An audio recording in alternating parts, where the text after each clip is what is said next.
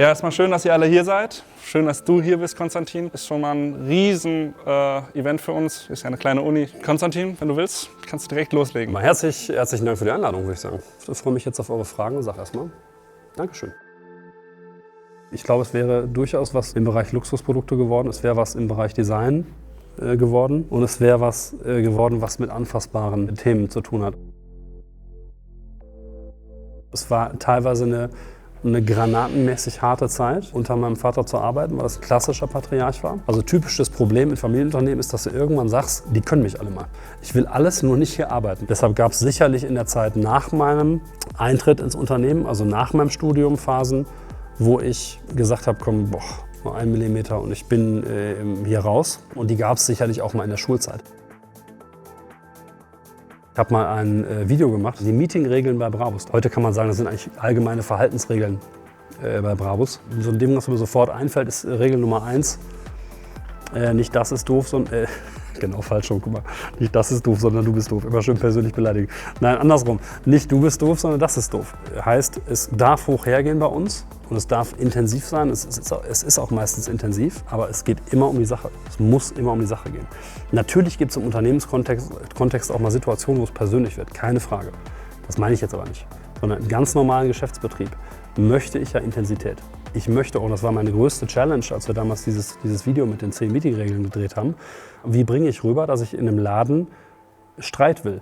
Also was ich damit meinte ist, ich möchte, dass sich bei uns in der Sache intensiv und auch durchaus emotional auseinandergesetzt wird. Je mehr Meinungen wir im Raum haben, je besser wir darüber streiten, desto besser wird das Ergebnis. Also eher im Sinne einer klassischen Debatte. Ich sage mal, das beste Bild, was mir einfällt, ist, dass Brabus manchmal ist wie so ein Gallierhaufen, ne, wo die sich alle prügeln und dann hast du so eine Wolke. Aber am Ende vertragen sie sich alle wieder und essen Wildschwein. Das sieht im Idealfall genauso aus. In dem Moment weißt du, dass der Laden am Leben ist. Jeder, der bei uns anfängt, muss sachliche Skills in irgendeiner Form mitbringen, bringt den Lebenslauf mit, hat vorher schon mal irgendwo Dinge getan. Aber das tatsächlich wichtigste und allererste Kriterium ist und bleibt, ist Brabus für dich erste Wahl? Und hast du Lust auf diesen Job? Hast du Bock, dich hier einzubringen und passt du ins Team? Wenn das der Fall ist, dann kannst du dich eingrooven, dann kannst du Dinge lernen, dann kannst du einen Mentor kriegen, dann kannst du Trainings machen, dann kannst du auf Seminare gehen. Ich muss auch keinem was beweisen.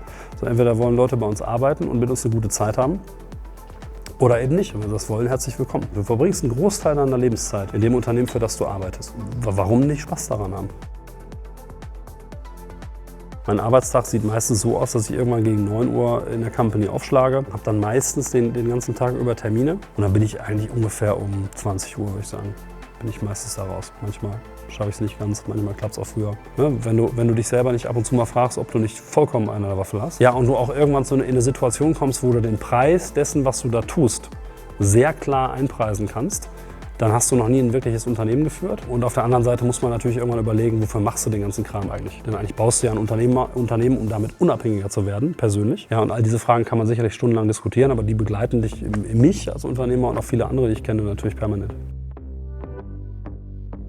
Zum einen, weil wir immer schon ein Unternehmen waren, in dem Veränderung was Normales war. Zum anderen, glaube ich, war eines der Kernthemen, dass ich als Geschäftsführer angefangen habe, viele Positionen hatte.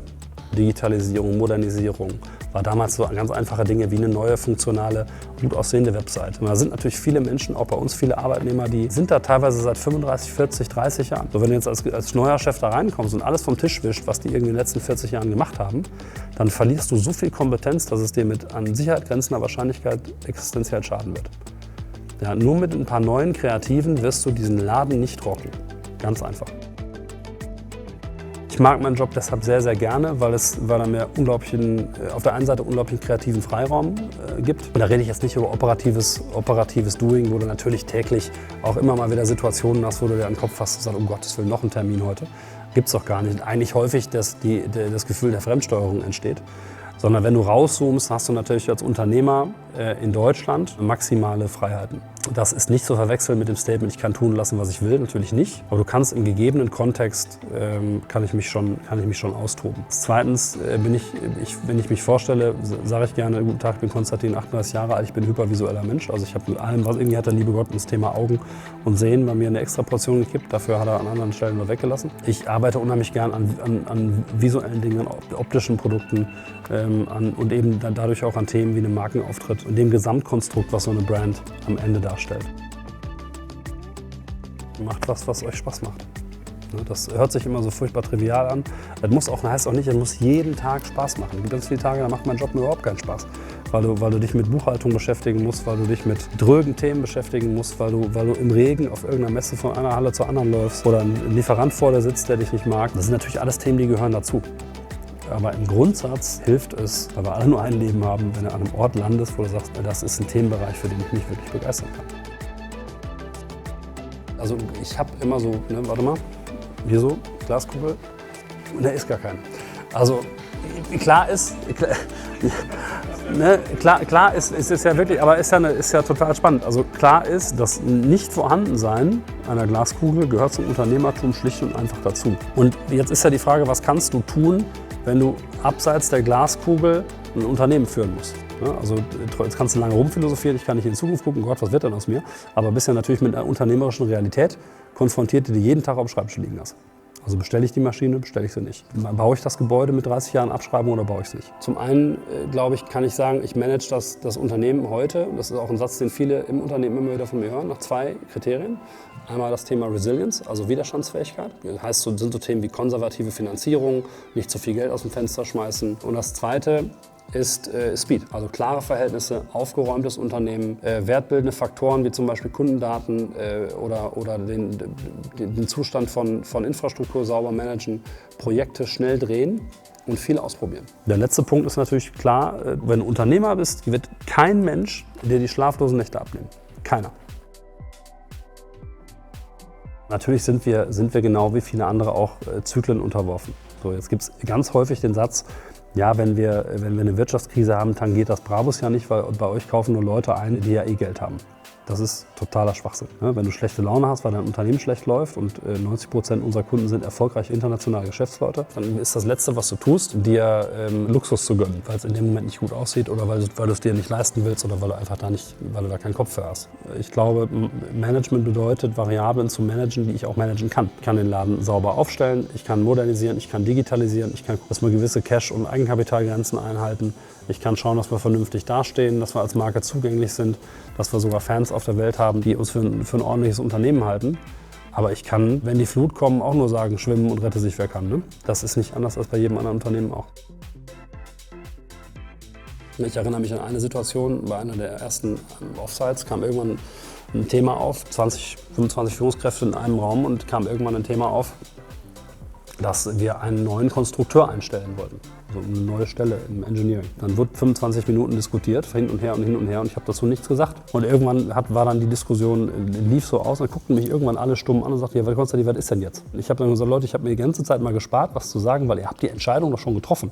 Also Finanzen sagt, wir brauchen einen Konstrukteur, Engineering sagt, wir brauchen einen Konstrukteur, Design sagt, wir brauchen einen Konstrukteur und Business Development sagt auch, wir brauchen, also ihr sitzt ja alle und sagt eigentlich seit 25 Minuten, dass ihr einen Konstrukteur braucht. Wer bin ich denn jetzt zu sagen, dass wir jetzt einen neuen Konstrukteur einstellen oder nicht?